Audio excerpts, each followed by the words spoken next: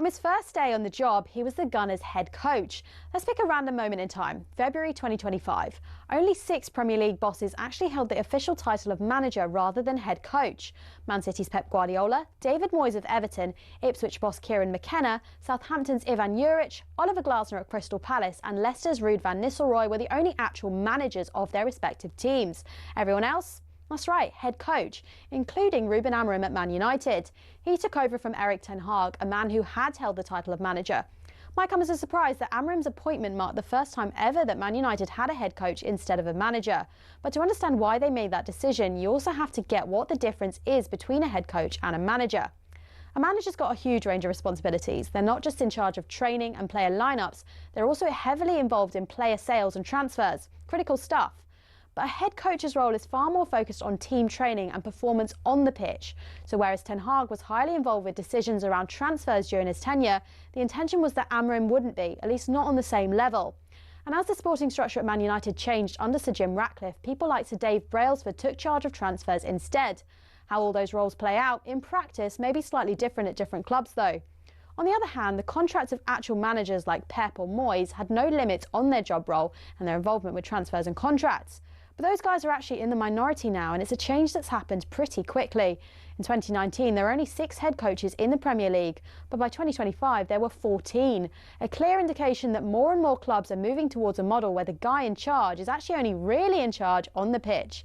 And the way things are going, it might not be long before all 20 clubs have got head coaches, and the job position of football manager in the top flight is no more.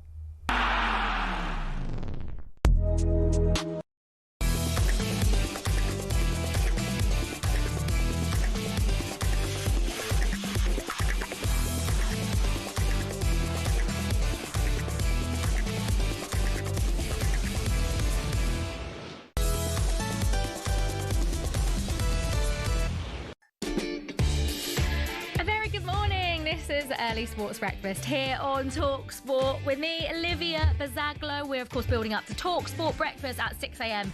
With Jeff Stelling and Ali McCoy. I actually found out something today that blew my mind, Nick. Yeah. Henry, who's an AP, assistant producer here at talkSPORT, has never got on a Lime bike. Well, do you know, if he lives in London, I find that so weird. It's kind of weird. We found Angelina Kelly can't ride a bike without stabilising. I saw that. Henry's at least one up on her. Yeah, but he said, he was like, no, because, you know, it's just long. You've got to get the app. I was like, yeah, but once you've got the app, you've got the app. Lime bikes are the best. I mean, I'm probably not going to get on them going forward because this wind and cold and rain just doesn't do it for me. Yeah. But in the summer, I love a London Lime bike. They are great, but you know what? People need to park them properly. Yeah. Like in the designated areas, stop fanning about and let people walk on the pavement. So, you know, if you're listening, sort it out. Yeah. Nick, we have so much to come over the next hour. What have we got? Yeah, we do. You'll hear tributes to the iconic Ricky Hatton from around the world of boxing and football as well. All the fallout from a fairly one-sided Manchester derby, and following Ruben Sayers' sacking at Sheffield United and Big Ange's Premier League return, we'll take a look at the managers under some early pressure, and we'll get stuck into this morning's back and front pages. As always, you can get involved on the usual number 03717 223344. Thank you very much, Nick. Right, let's get into it, shall we? Do you know, I actually had a weekend off this weekend, which is very rare for me, but I did spend it at the Hawthorns. I don't know why. West Brom played Derby in the Championship, and I don't know, it was a smash and grab at the highest level. I think Derby had one shot, and they scored one goal and they won 1-0. So I spent my weekend off at the football, as I usually do, to be fair. And that is actually, as I was driving home from Birmingham on the Sunday, that's where I heard the news about Ricky Hatton, and that's obviously the first thing we have to touch on this morning. Ahead of the Manchester derby. I mean, what a fitting fixture. Do you know what I mean? Like, when you think the news was just so sad, and to have the Manchester derby sort of the next day, I don't know, just heartbreaking, isn't it? There's been so many incredible tributes to Ricky Hatton. He's one of the city's most celebrated sons, from the world of boxing, from talkSPORT, and of course, most importantly, I would say, all of the fans. Now, making his entrance to the ring, the pride of Manchester, the defending champion, Ricky Hitman Hatton. 2008 fight against Juan Lascano. It was billed as the homecoming. It was at the Etihad Stadium, where obviously the derby is. Everyone was a little bit shocked because no one in the family had ever really done boxing. It was all, football family, so they were shocked when I actually took up the boxing. I mean, and then on the concourse, I've met him a few times down at the FA Cup final, down at Wembley, and he was just in and amongst the fans with all of us. And he was kind of loved and adored by both sides of the city, if you like. He was one of us. When it comes to football, I stopped playing football when I was 50, and I think I was sent off 3 times doing that. For me, he was just one of us, and it's a real sad loss, and what a talent, what an absolute talent. It's a great time to be a City fan, It's a long time since we've been able to say that. And I guess it puts life into perspective as well. This is a massive football match, the 197th time these two teams have met. There's huge rivalry, the bragging rights when the two sets of fans go to work in the morning, but ultimately it's just a game, isn't it?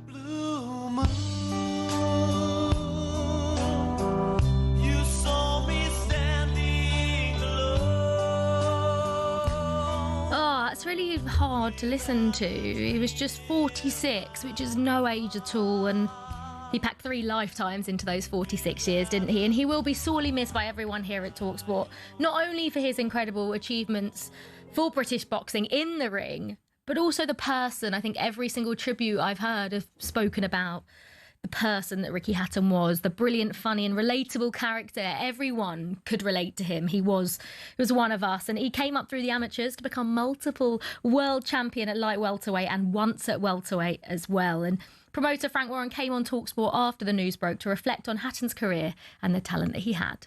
A very good young amateur and really good young amateur, and his then trainer was Billy Graham, and we met with him. I think his father was there at the time, and he signed with me, and I remember we'd done the deal. I was up in Manchester. We put a show on there, and then he made his debut at a place called Wythenshawe.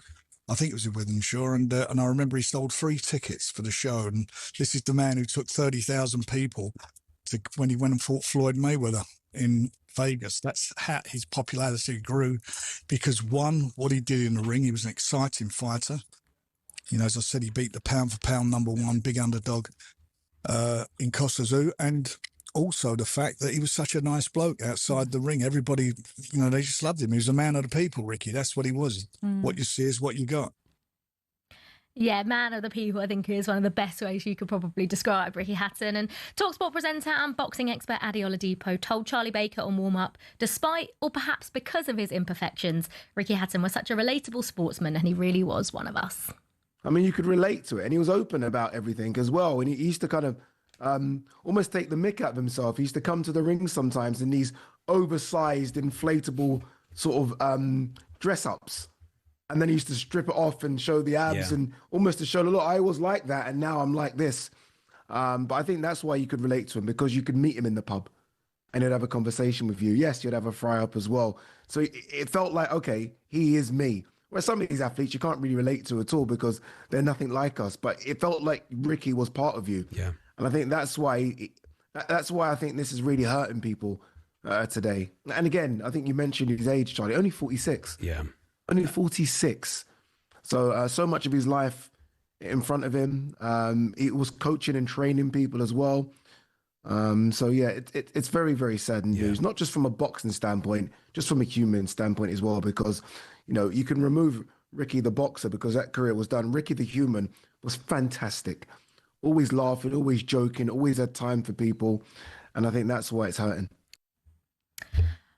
So sad, isn't it? 48 bouts and only 3 losses, and they came against the best of the best. And I think Frank Warren in the clip before mentioned it, taking 20,000 fans to Las Vegas to fight Floyd Mayweather. Was ridiculous. I read, he said he wanted 3 things as a youngster.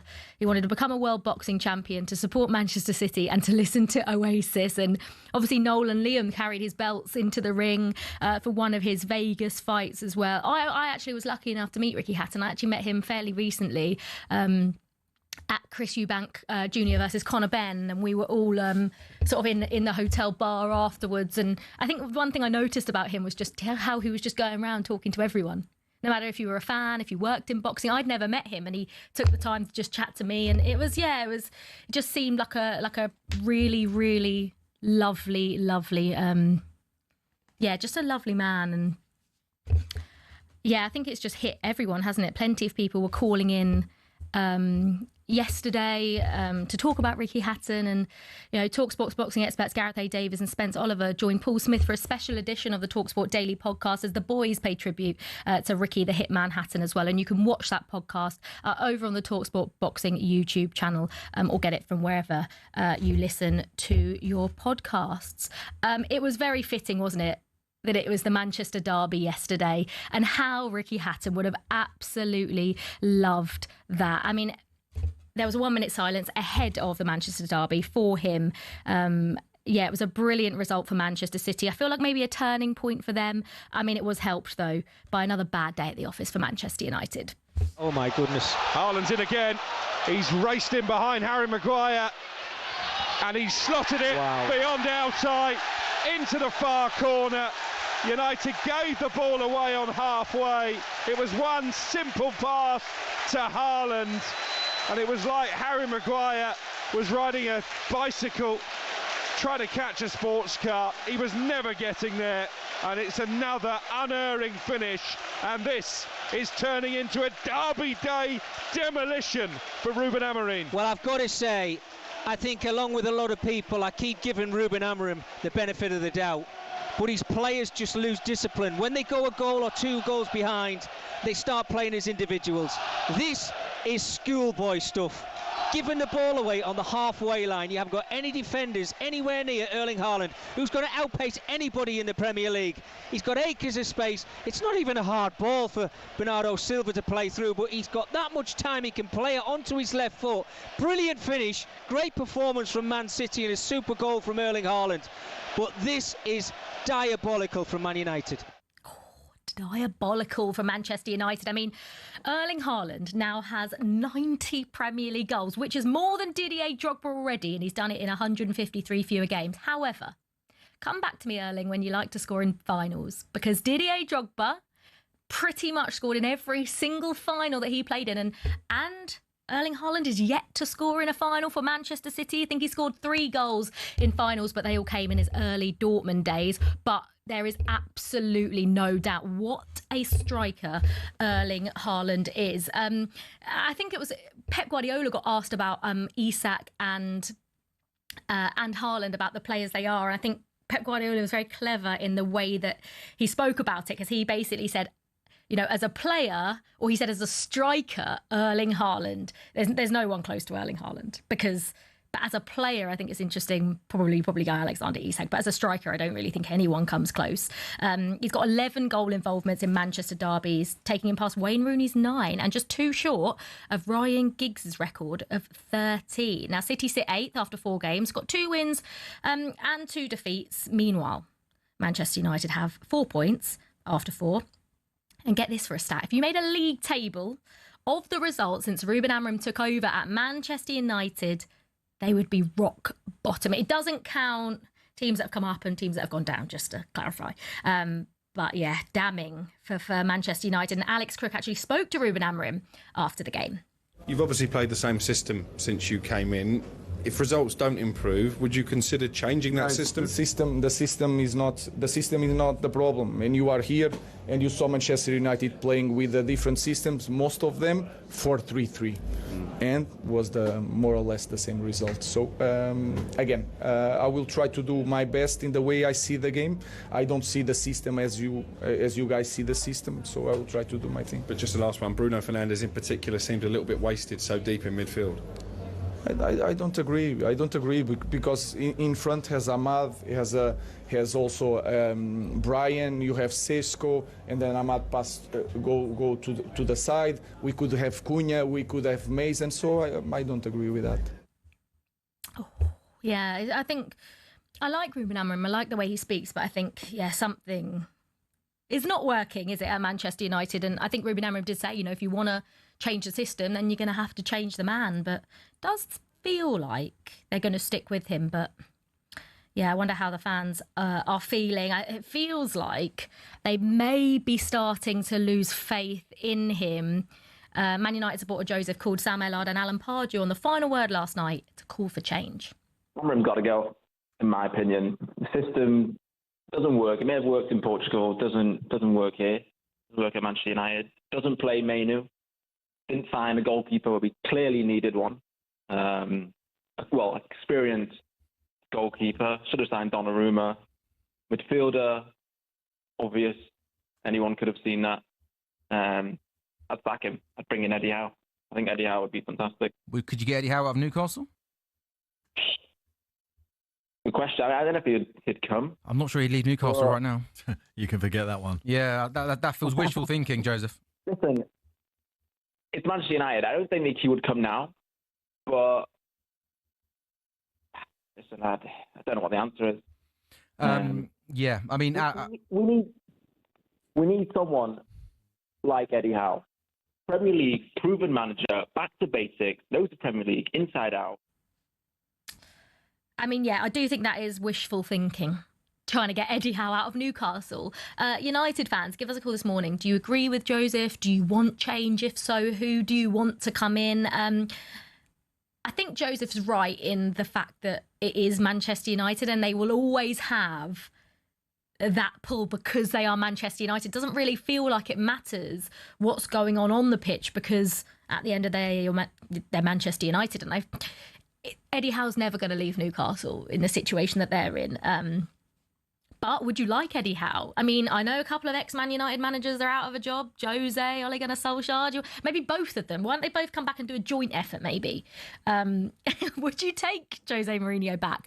I don't know. You'd probably take Ole because of how much of a legend he is. What about Nuno Espirito Santo? I feel like Nuno could just steady the ship. I feel like that would be a potentially good option. I don't know about you guys. I mean, I'm not a Manchester United fan, so maybe I'm not the best to say, but let me know who you think. If you want Amorim to go, if you want Amorim to stay, do you think Amorim's the problem? Is it more to do with what's going on upstairs, maybe? Because I know, it's not a settled club right now, is it, Manchester United? There is a lot going on. But 03717 223344 is the number to call if you want to get in touch. Man United fans, I want to hear from you. Are you okay with Ruben Amorim?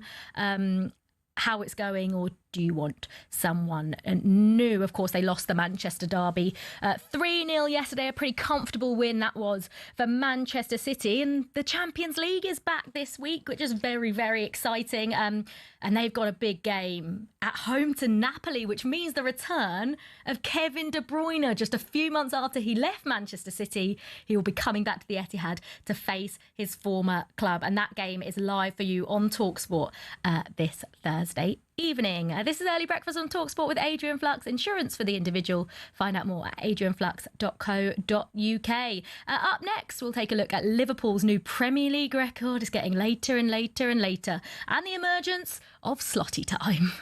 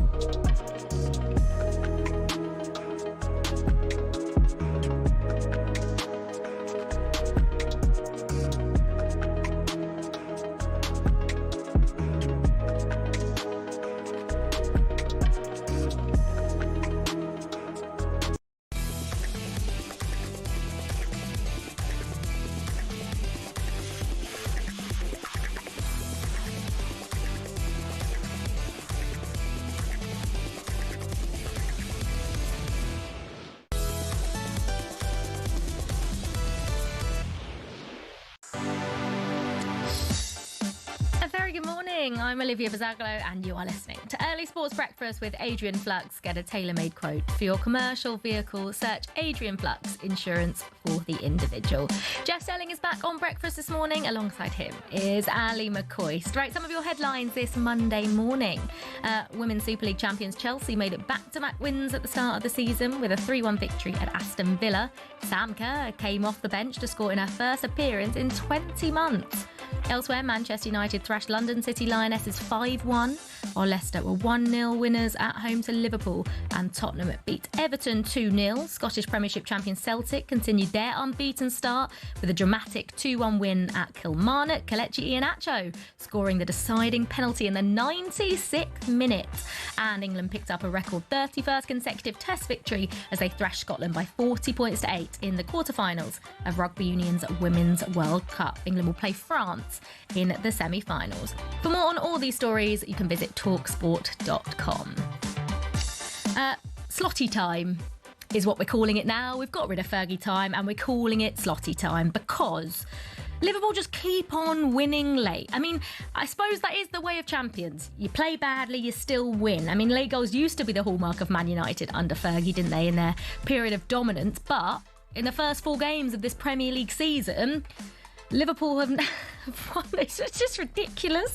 They've won with goals in the last 10 minutes. So it's slotty time. That is what we're calling it now. Mo Salah's penalty in the 5th minute of added time was enough to give the champions a 3-point gap at the top. They beat Burnley by 1-0. So what did Arne Slot make of a rather difficult afternoon at Turf Moor? Not great. Wasn't a great game. We made it really difficult for ourselves that we weren't able to play to get 1 goal off a set piece or in another moment because confidence grew and grew and grew and they started to defend lower and lower and lower throughout the game.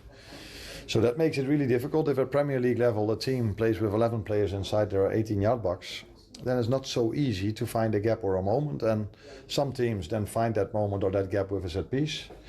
We couldn't today. And we did this last week, for example, against Arsenal. We couldn't do that today. And then, the only thing you can score a goal with is from open play because you cannot score a transition moment if the goalkeeper kicks every ball long. And open play is difficult against 11 players in the 18-yard box. But we just kept on trying. We brought a lot of attackers in. We came closer and closer. Second half was much better than the first half. But that also has to do with them getting more tired. So a very long story for me to tell you that we were really lucky to score in the end. Yeah, they were very lucky to score in the end. I mean, I understand what Slot's saying in terms of defending. But what do you expect Burnley to do? If they go and try and play football against Liverpool, they're going to get battered 5-0.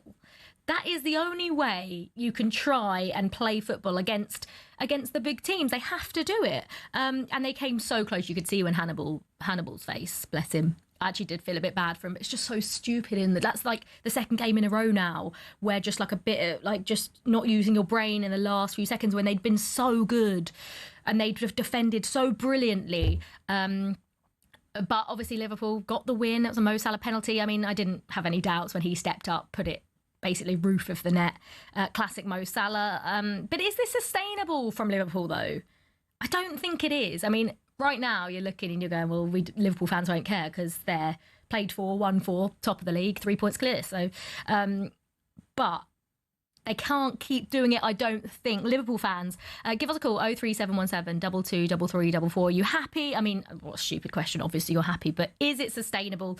And how are you feeling about Alexander Isak coming into the side? Is he going to play instead of Hugo Ekitike? Can they play together?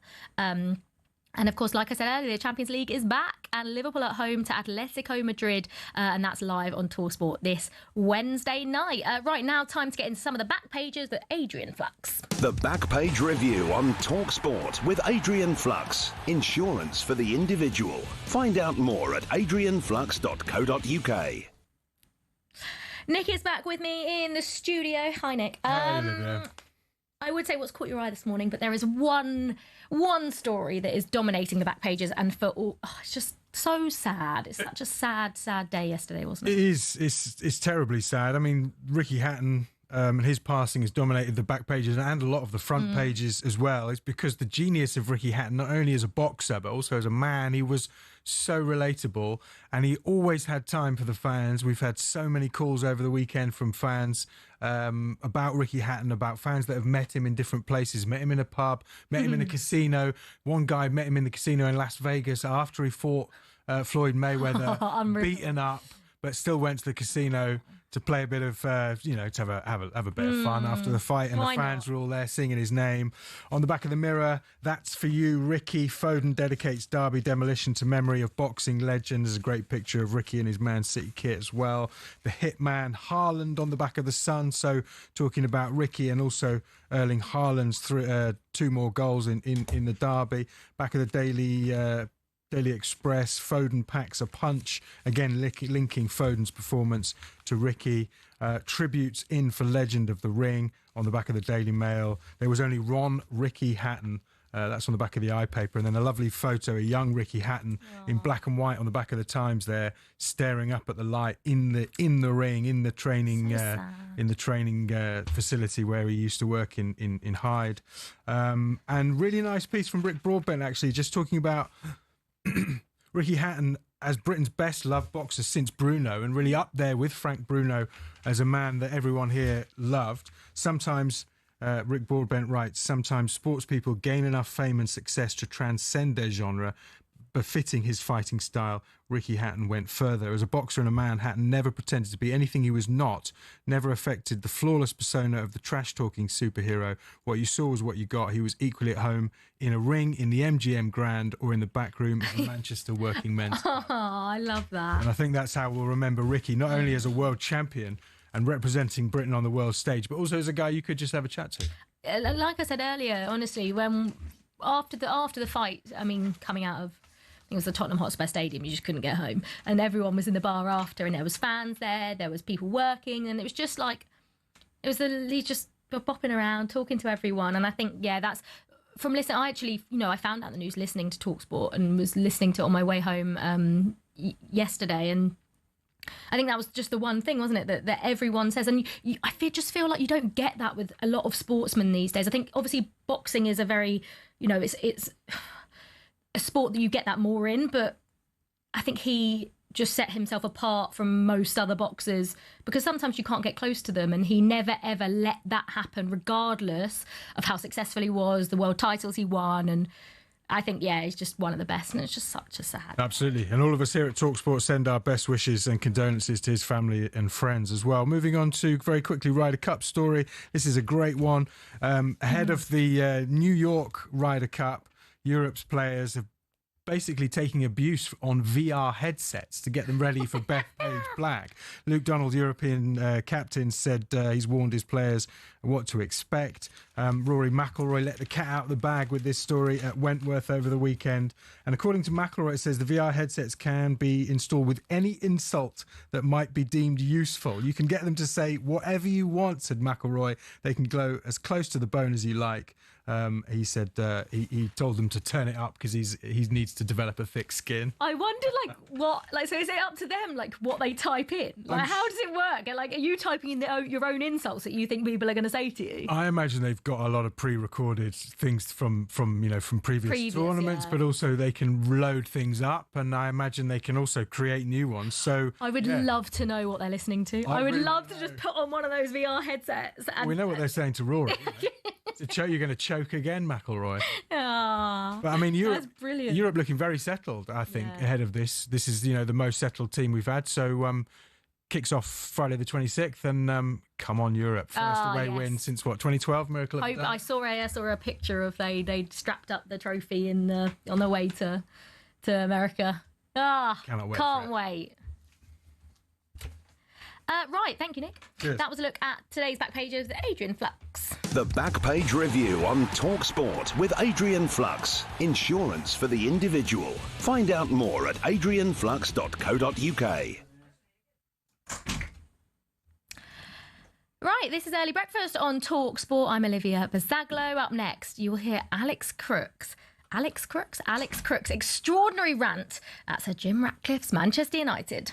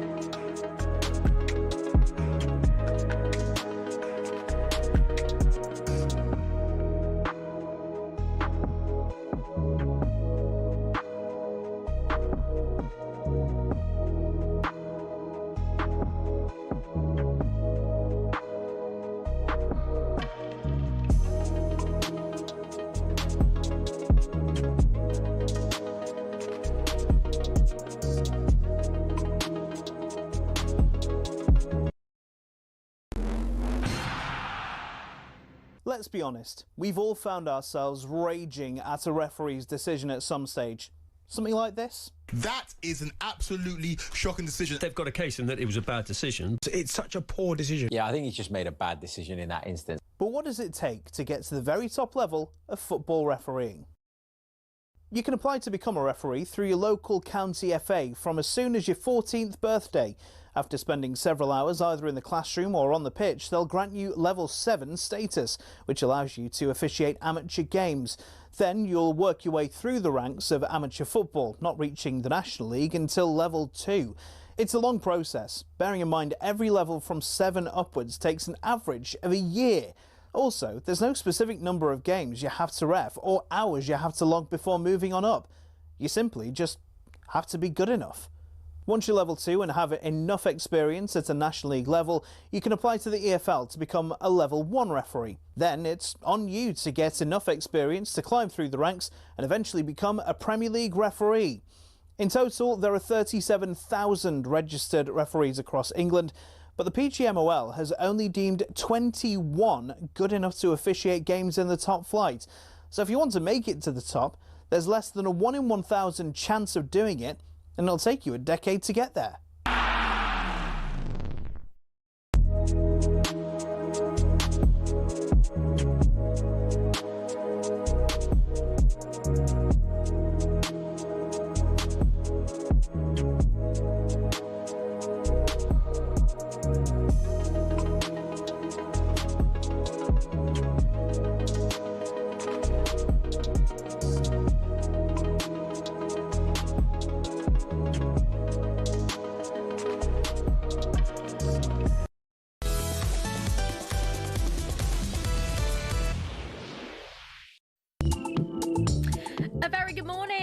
Monday. I'm Olivia Buzaglo. I'm with you until 6 a.m. Then you're in the very, very safe hands of Jeff Stelling and Ali McCoy for talkSPORT Breakfast. This morning we've been talking about another humbling for Ruben Amorim's Manchester United, this time at the Etihad.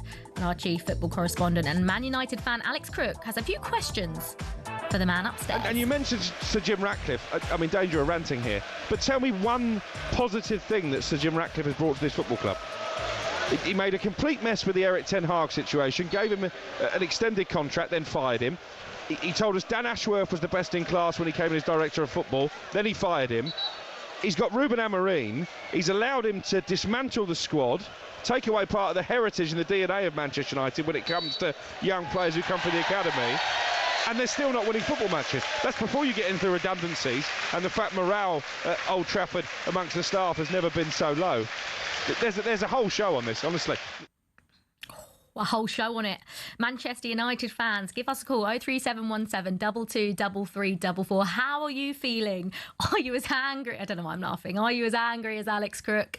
It's not great for Manchester United, is it? It doesn't feel like they're getting any better.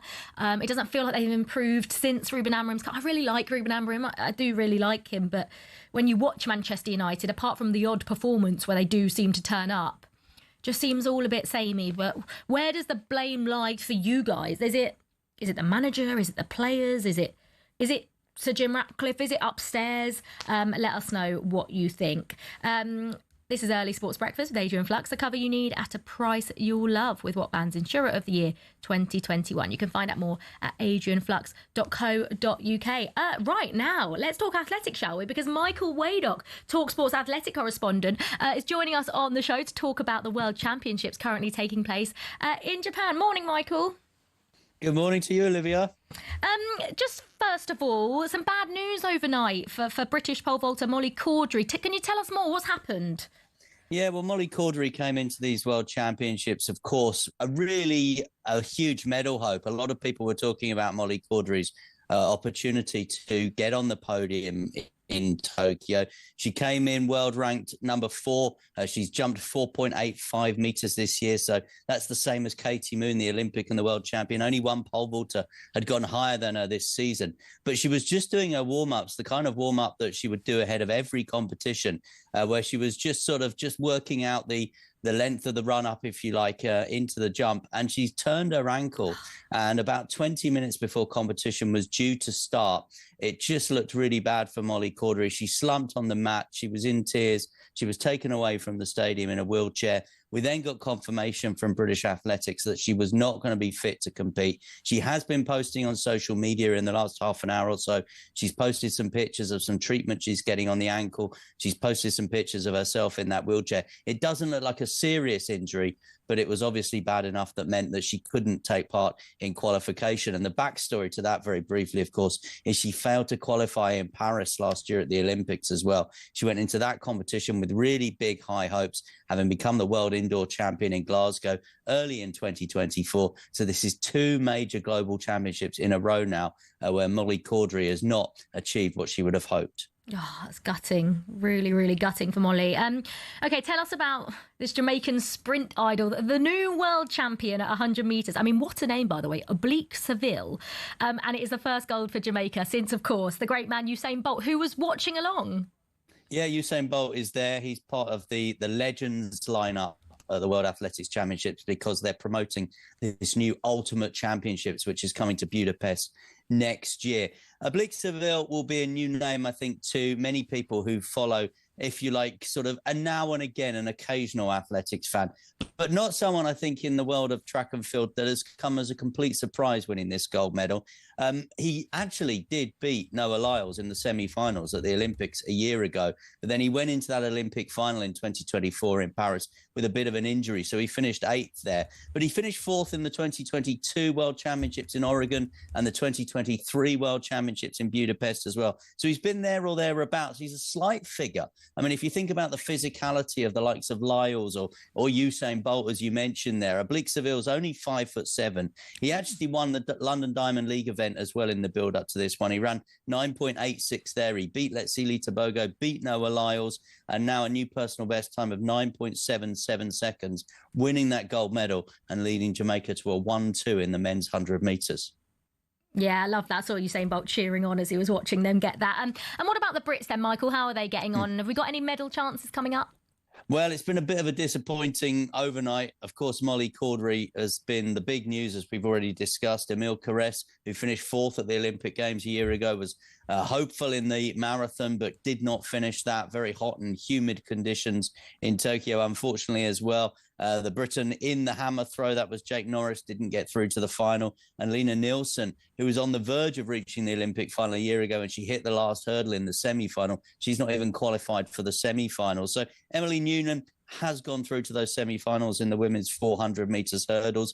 Bit more bad news in the 3,000 metre steeplechase heats as well. Sarah Tate, who's in form, hit the water jump, went crashing to the floor, couldn't finish the race. But Elise Thorner has gone through in a personal best time as well. So she is in the final. So coming up later on today, we've got men's 1,500 metre semi-final action. So Jake Whiteman, Josh Kerr, Neil Gawley in action. But the big one that everyone is looking forward to later on today is the men's pole vault final with the iconic name, Mondo Duplantis. There's $100,000 up for grabs for anyone that breaks a world record in Tokyo at the World Championship.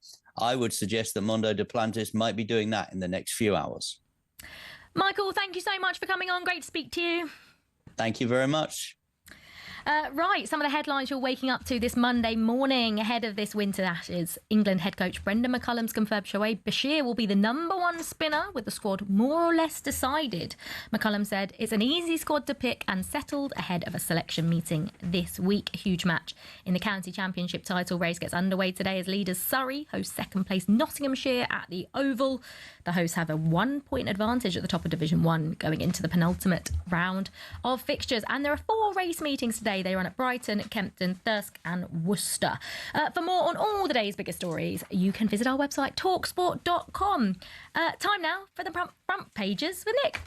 It's a front page throwdown. Oh, what a move! The front pages first on the early sports breakfast. talkSPORT. Hello again. Hello again. Quick, any other business? Christmas biscuits are already on sale. Can we stop this until November? I agree, actually. I'm not like a huge, I love Christmas, but I'm not a huge Halloween person, and I feel like all the Halloween decorations have been out for about 2 months. I agree with you. It's getting cold. I don't need to see Christmas biscuits just to remind me that, summer is well and truly over. Anyway, exactly. Rant over. Are you a dog person or a cat person? Do you know, I had a cat But I would say, I loved when I was younger. I loved my cat, but I would say now I'm more of a dog person. And do you have any like keepsakes or anything to remind you of your previous pets, anything like that? No. Okay, so dog owners can now immortalise their pet's poo in a £9,500 gold pendant. Do you have a dog? No, I don't. Would you do that if you did have a dog? Poo pendant? Yeah. No. I do quite like those gold chains that the baseball players wear, but I'm not sure about a poo pendant. It's reality TV's Jess Impiazzi, who's fronting the project, says it's a brilliant reminder of how small choices can have a big positive impact. Surely, there's better ways. I don't know. Yeah. Just fine. We need to get a dog owner. We need to get a dog owner on to see if they would have a poo pendant. Would you wear your dog's poo around your neck? When you put it like that. Just finally, what do you have rules about? Not you don't have to say too much here, but if you're on a first date, do you think the man should pay? I think if they've asked you out, if they've asked to take you out, then they should. Fair enough. Good Do you? story here. Well, yeah, I think first date, definitely, 100%. And then after that, it's up for grabs. Yeah, I think, now, me and my boyfriend we go just one. Yeah, we just do it one after the other, yeah. Well, red-faced Vernon Kayes admitted Tess Daly had to pay for dinner on their first date because his card was rejected. He met Strictly co-host in 2001. They married 2 years later, but their relationship got off to a rocky start when Vernon's card was declined. That's embarrassing. Yeah, what would you think if that happened to you? I wouldn't... I would if that happens, what can you do? You don't really have an alternative other than to just pay. Would you be suspicious, or would you think, all right, we'll let him? No, I don't know. It depends if you know the person before. If you've just met them for the first time, you might be a bit oh my god. Well, it worked out all right for for Vernon and Tess. So good on them. Yes, they did. Thank you very much, Nick. You are listening to Early Sports Breakfast with me, Olivia Buzaglo. Up next, we're giving you a chance to see Oasis at Wembley and to win 25 grand. Don't go anywhere.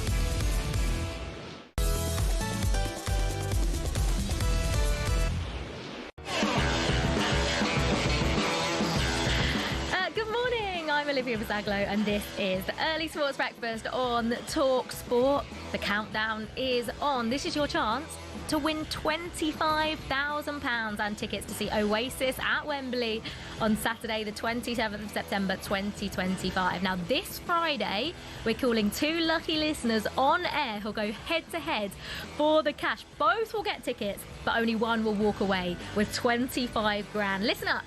Here's how you can enter. 18 plus, UK excluding Northern Ireland. For a chance to win, text the word Oasis to 83338 and you're in the draw. Text costs £2 plus 1 standard network rate message. You must have the bill payer's permission. Or you can enter for free by calling 0330 880 338. All entries must be received by the 19th of September at 9 a.m. This is a TalkSPORT limited promotion run on TalkSPORT, Talk and Virgin Radio UK stations. Full terms and conditions at talksport.com. Yeah, that's how you can win Oasis tickets and 25 grand. Now, it wouldn't be me on early breakfast if we didn't get in a little bit about Chelsea, would it? Because obviously drew 2-2 with Brentford on Saturday evening. How nice was it, by the way, to have an 8 o'clock Saturday evening kickoff? However, there's a little bit of controversy, which no one seems to be talking about, so I'm going to talk about it, with the Brentford equaliser in the last minute. They did deserve it, I would say. Just first of all, they did deserve it. I thought they were really good. However, Dango Ouattara is in an offside position and then so the ball gets flicked on from a long throw. When the ball gets flicked on, he's in an offside position. The ball comes to him, he swings a foot at it, misses it, and it goes straight through to Fabio Carvalho, who scores. Tell me how that's not interfering with play.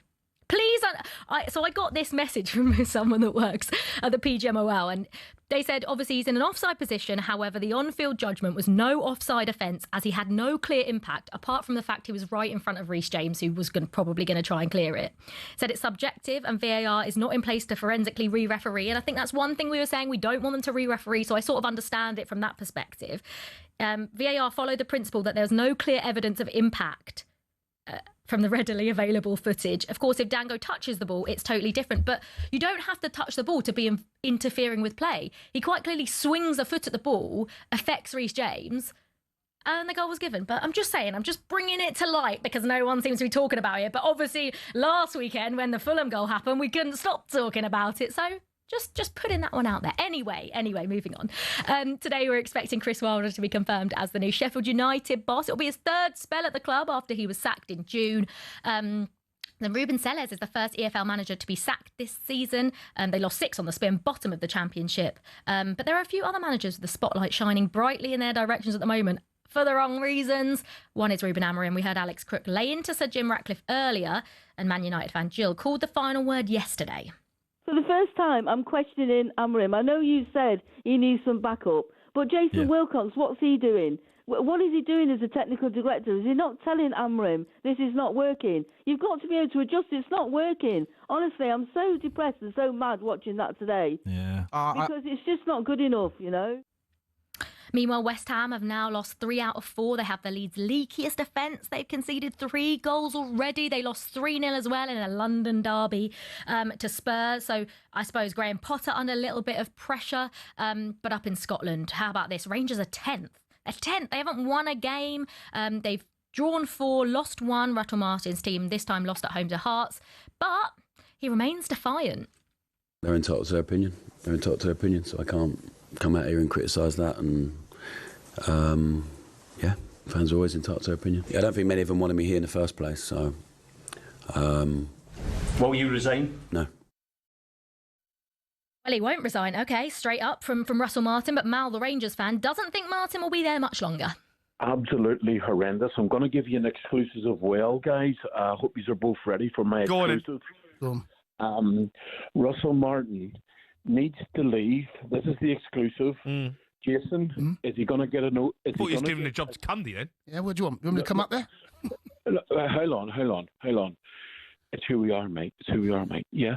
So he's going to get not a CBE, right? Not an OBE. He's going to get an OBH.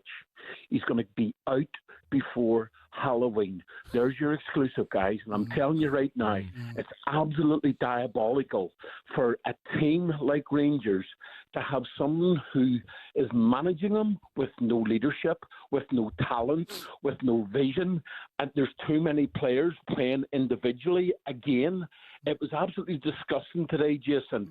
And you know how big I am, and I love my team, and I'll always follow the Rangers. Of course I will. But that guy needs to go. Oh, he's got to go now, mate. He's got to go. Don't forget Halloween. Right, we'll get Ali McCoy's reaction to that on talkSPORT Breakfast coming up, and we'll also hear from the Hearts manager, Derek McInnes. He's on show as well. Plenty coming up on talkSPORT Breakfast. You've been listening to Early Breakfast with Adrian Flux, insurance for the individual. Find out more at adrianflux.co.uk. Jeff and Ali on the way.